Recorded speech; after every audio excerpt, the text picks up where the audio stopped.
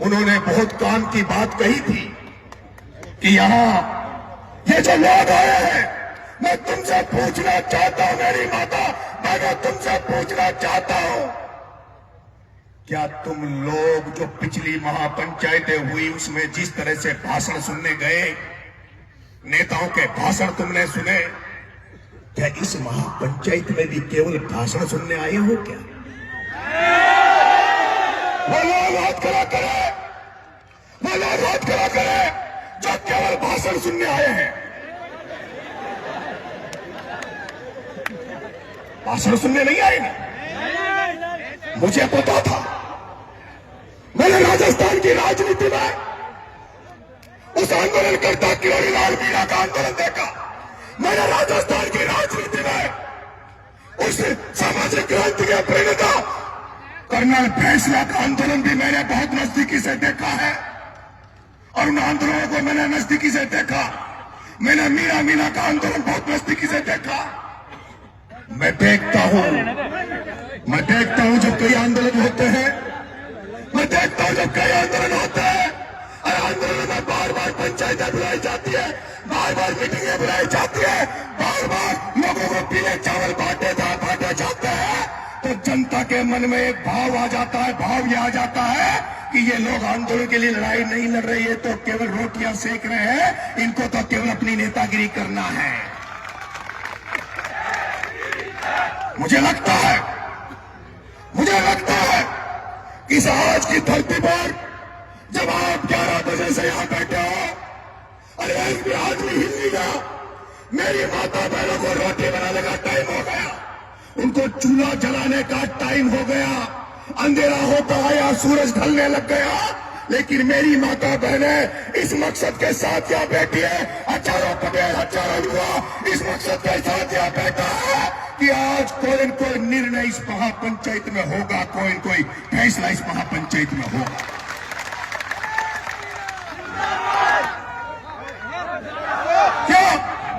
क्या आप फैसला चाहते हो? अगर हाथ खड़े करो फैसला चाहते हो।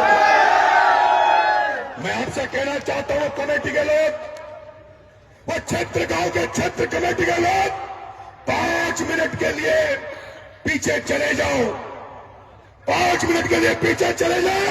ये जो मंत्री नेता यहां बैठे हैं, इनसे 5 मिनट की मंत्रणा कर लो, 5 मिनट की मंत्रणा कर लो। तुम्हारा जो फैसला तो तुम्हारा ही रहेगा, तुम जो फैसला करोगे उस फैसले के साथ सारे मंच पर बैठे लोग आपके साथ रहेंगे, क्योंकि आपने कई दिनों से मेहनत कर रहे हो, लड़ाई लड़ रहे हो।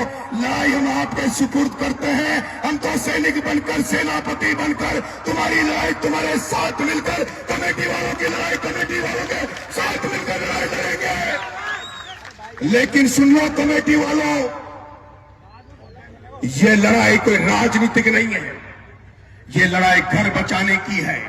मेरी माता एक गीत गाती है, मेरी माता एक गीत गाती है कि चिड़िया घोंसलों को छोड़े, कशा बच्चा बच्चे को कशा घर को छोड़ दिया। लड़ाई राजनीति की नहीं है, लड़ाई राजनीतिक भाषण की नहीं है।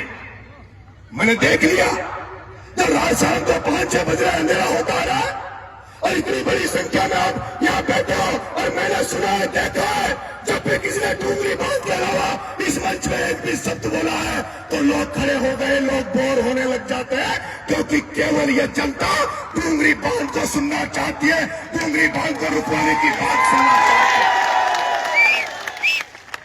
मेरे माताओं, मेरे किसान भाइयों, नेताओं ने कही, बूढ़ा साहब ने एक सुर्रिया छोड़ दिया था कि डिलीवरी होने वाली है, डिलीवरी रोकनी है। हो सकता है कांग्रेस ने प्रेग्नेंट की हो सकता है कांग्रेस ने प्रेग्नेंट की हो और डिलीवरी का समय बीजेपी की सरकार में आ गया।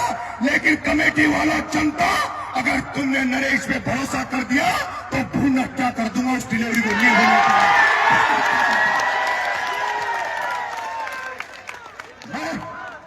मैं कह रहा हूं, ना तो या कलेक्टर को बुलाओ, मेरे भाइयों, ना तो कलेक्टर नहीं को बुलाओ। अरे कलेक्टर नहीं का इलाज तो मैंने समझाओ तो मैं कर दिया। ना तो कलेक्टर को बुलाओ, ना मुख्यमंत्री से कुछ मांगो, ना सवाई माधुरी में कलेक्टर घेराव का चेतावनी। तो मैं कहता हूं, अगर तुम आज रात भर के लिए यहां रुक गए, अगर तुम सोचते हो, तुम जानते हो, क्योंकि मैंने देखा इन 88 गांव में लड़कियां लेने वाले तो आ रहे हैं पर लड़की देने वाले नहीं आ रहे। लड़कियां लेने वाले तो आ रहे हैं लेकिन लड़की देने वाले नहीं आ रहे। उनको पता है कि हम उनको लड़की दे भी देंगे तो हमारी लड़की का क्या भविष्य होगा, उसका लड़की का ससुराल कहाँ होगा। अभी तो चोरली में है, अभी तो डूंगरी में है, अभी तो पूरी पहाड़ी में है। पता नहीं उस बेटी को कहाँ जाकर बसना पड़ेगा, पता नहीं मध्य प्रदेश जाना पड़ेगा या उसको डूंगरपुर जाना पड़ेगा, रेगिस्तान में जाना पड़ेगा। मैंने देखा है जब आंदोलन हुआ फैसला ने रेलवे ट्रैक जाम किया तो इतने लोग नहीं थे जितनी तादाद में आज आप लोग यहाँ बैठे हो। मैं तो आपसे कह रहा हूं, ज्यादा लंबा भाषण नहीं दूंगा, मैं आपसे यह कह रहा हूं, नरेश मीणा खुद की गारंटी ले रहा है। नरेश मीणा, राजेंद्र गुडा और मेरे साथ आए हुए क्रांतिकारी साथी, जब नरेश मीणा 7 बच्चों के लिए 15 दिन भूखा रह सकता है, तो नरेश मीणा अगर तुम परमिशन दे दो तो अभी इसी जगह भूख हड़ताल पर बैठना चाहता है। इसी जगह डूंगरी बांध के लिए,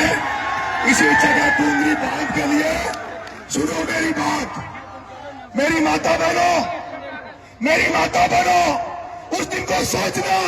अरे सोचो, उस गाजा को देखो, उस यूक्रेन को देखो, जिस गाजा पे इजराइल रोज बम फेंक रहा है, उस गाजा पे लोगों को रोज मार रहा है, लेकिन वो गाजा वाले अपनी धरती नहीं छोड़ रहे, अपने घर वालों को नहीं छोड़ रहे, वो जाने दे रहे। मैं कहना चाहता हूँ, कितने लोग यहाँ ऐसे हैं जो हाथ खड़ा करना, जो इन जमीनों को बचाने के लिए लाठी खा सकते हैं। कितने लोग ऐसे हैं जो इस जमीन को बचाने के लिए जेल जाने के लिए तैयार हैं। कितने लोग ऐसे हैं जो इस जमीन को बचाने के लिए, आने वाले बच्चों के भविष्य को बचाने के लिए अपनी जान पर अपनी गोली खा सकते हैं, वो हाथ करेंगे। मैं तुमसे कह रहा हूं, मैं अभी मेरा मन कर रहा है कि मैं इसी जगह भूख हड़ताल पर बैठूं और तमाम लोग रुक जाइए। मैं तमाम लोगों से निवेदन कर रहा हूं, जब हजारों लोग भूखे मर जाएंगे तो नरेश मीणा के मर जाने से क्या फर्क पड़ेगा। और मैं आपसे निवेदन कर रहा हूं, सुन लीजिए, जो कमेटी फैसला करेगी वो कमेटी करेगी, उसके बाद मैं फैसला लूंगा। लेकिन मैं मेरे मन की बात बता रहा हूं, ये बता रहा हूं, आंदोलन रोज नहीं चलेगा, रोज महापंचायती नहीं होगी। कलेक्ट्री का घेराव करके क्या कर लोगे तुम? क्या है कलेक्ट्री है क्या? मैं नरेश मीणा, अगर तुम मुझे ही नेतृत्व दे दो या कमेटी वालों मेरे से पूछ लो, कल भजनलाल के मंत्रियों को ला दूंगा यहाँ,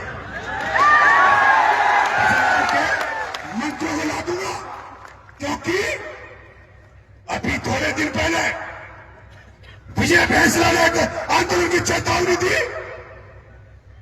संख्या बहुत कम थी, लेकिन सारे गृह मंत्री, मंत्री सब चले गए थे।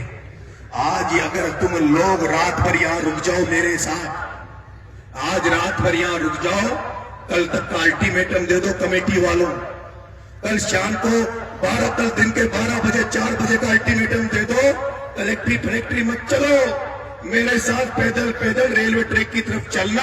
अगर गारंटी दे रहा हूं, अगर गारंटी दे रहा हूं, सुन लो, अगर गारंटी दे रहा हूं कलेक्टर तो क्या, और नया जो मुख्य सचिव आया है ना, वो अगर पटरी पे तुमसे बात करने नहीं आ जाए तो नाम बदल देना। क्या तैयार हो? तैयार हो? क्या तुम लोग जब आंदोलन में आए थे, इस महापंचायत में आए थे, तो क्या भाषण सुनकर जाने के लिए आए थे या अंजलि में लड़ने के लिए आए थे? जो लड़ने के लिए आए थे, मेरे को पता है, नाम रजाई लाए ना गधेला लाए, नाम रजाई लाए ना गधेला लाए, लेकिन मुझे भरोसा है कि आने वाली पीढ़ियों को बचाने के लिए, हमारे घर बार को बचा